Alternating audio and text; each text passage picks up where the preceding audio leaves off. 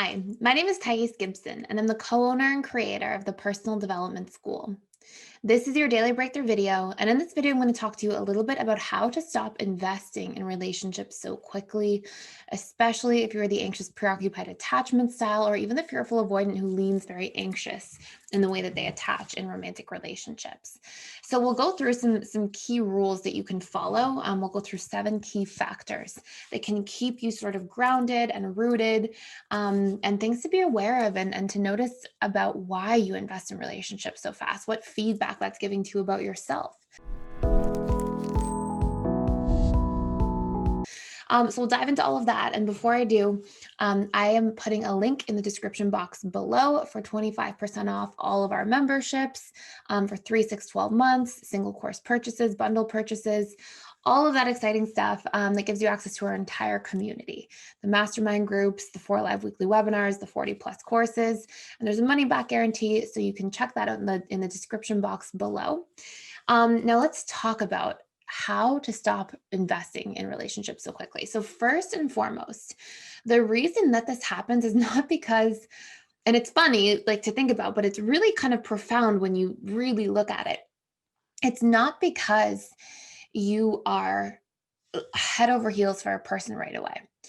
You can be head over heels in terms of like attraction to a person, but you can't really be head over heels for the person. Why? Because the reality is that you can't know them that well that soon. So, I mean, like first date type of thing, or while you've met them online and you haven't even seen them in person yet. What you're head over heels with is what that person promises in the fantasy and in imagination to meet or bring into your life. And the exact things that that is touching on, if you look at the fantasy you have, like, oh, we're going to do this together, we're going to do that thing. Oh, he or she is going to be this way and that way. Whatever those things are, the this and that, if you fill in those blanks, those are really profound feedback pieces for like what's deeply missing in your life right now. And it really goes into one or two categories. It's like it can be one or both. The traits that you imagine that person to have, or the needs that you think that person will promise to meet. And either way, those are going to be things, the traits can be repressed. So, for example, people who see people who are really assertive, and they might think, oh, that's such an attractive trait. The person's so assertive. They're so good with their boundaries. Usually the people who are attracted to that are the people who have that repressed within themselves. So the people who are like too passive, too people pleasing, those sorts of things. And often because the subconscious mind is seeking trait variety for like evolutionary purposes, and also because it's seeking equilibrium and balance and homeostasis, which is part of what we're wired for. When we see something expressed in somebody else that's repressed within us, that's a point of why we get attracted to other people. And so that can be an important measure. Like if you think about all the things, let's say you went on your first date, your second date, and you're just thinking about the person all day. What are you thinking about? Don't just think that that's some like random information, because it's not. It has patterns within it, and those patterns represent really important pieces of feedback for you. So, do you think about the person being affectionate? Maybe you feel like you're missing physical affection in your life. Do you think of the person being, very affirmative and reassuring? Good. Where is that missing in your life? Are you either not reassuring yourself very often or encouraging towards yourself? Or B, are you even like self-defeating in your internal dialogue, which would be a step further? The larger the perceived disparity between that trait or need and the person who seemingly expresses it, or the fantasy you have about the person expressing it, the more attraction you're going to feel to that person, the more desperation to a certain degree you're going to feel around that person, or neediness to try to like fill the void. So what you want to do as a person is notice those patterns and then do stuff with it. Be like, okay, cool. This is telling me where I'm disempowered within myself. And then we can get to a point where we feel attraction, but it's not like a limerence type of attraction. It's an attraction that pulls us towards things.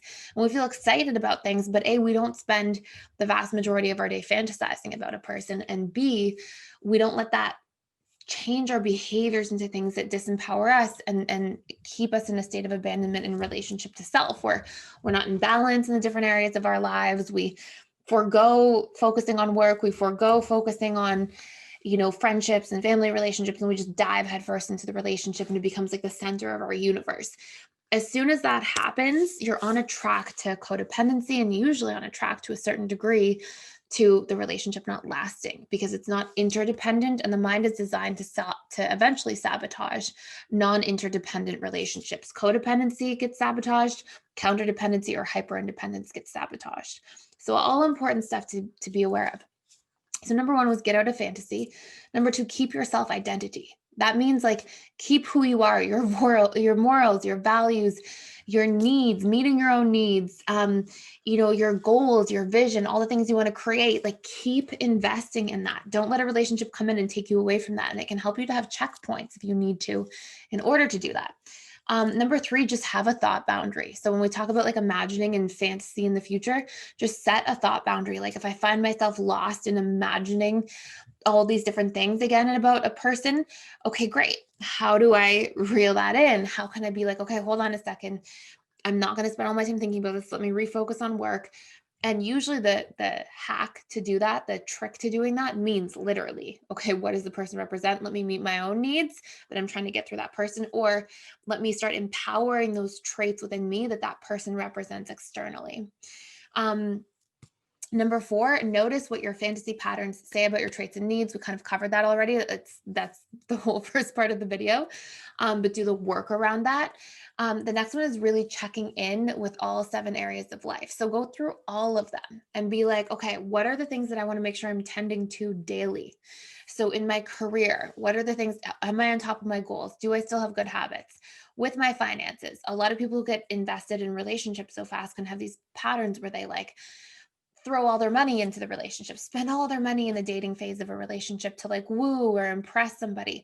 And really that can be like a fundamental part of self-abandonment. It's fine if you want to like go out a little bit more with the person, but do that within reason. So like career, financial, mental, don't stop learning independently. Don't repress your own thoughts and opinions mentally, intellectually to try to impress the other person or to be agreeable. Make sure you carve out space for your sense of self. Emotionally, make sure you're regulating through yourself and still relying on yourself. Yes, you can regulate through other people, but don't make that like a mutually exclusive thing by just hyper relying on that person. So you go through all the areas of life. We can say physical, like keep your healthy habits, your routines, all that kind of stuff. Okay. And then, of course, we've got so career, financial, mental, emotional, physical, spiritual, and then other relationships, friendships, romantic, or this is romantic, friendships, family relationships. Like have time that you talk to people, you check in, you see people, like make sure that you're balanced in that area. And then the last thing I'll leave you with is it's very important to set boundaries ahead of time. So it's really easy to fall into the space where you're like, oh, I'll have boundaries in the dating phase of a relationship, but then you jump in and you just don't. Set boundaries ahead of time and like print them out or write them and put them by your like bedside table and check in with yourself and audit.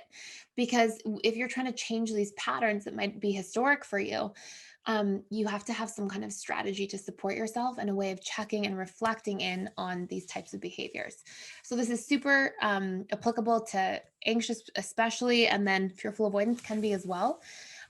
So let me know your thoughts. Please let me know your comments below. Any other thing you want to see about this topic. I would love to hear your questions, and I will keep making more videos.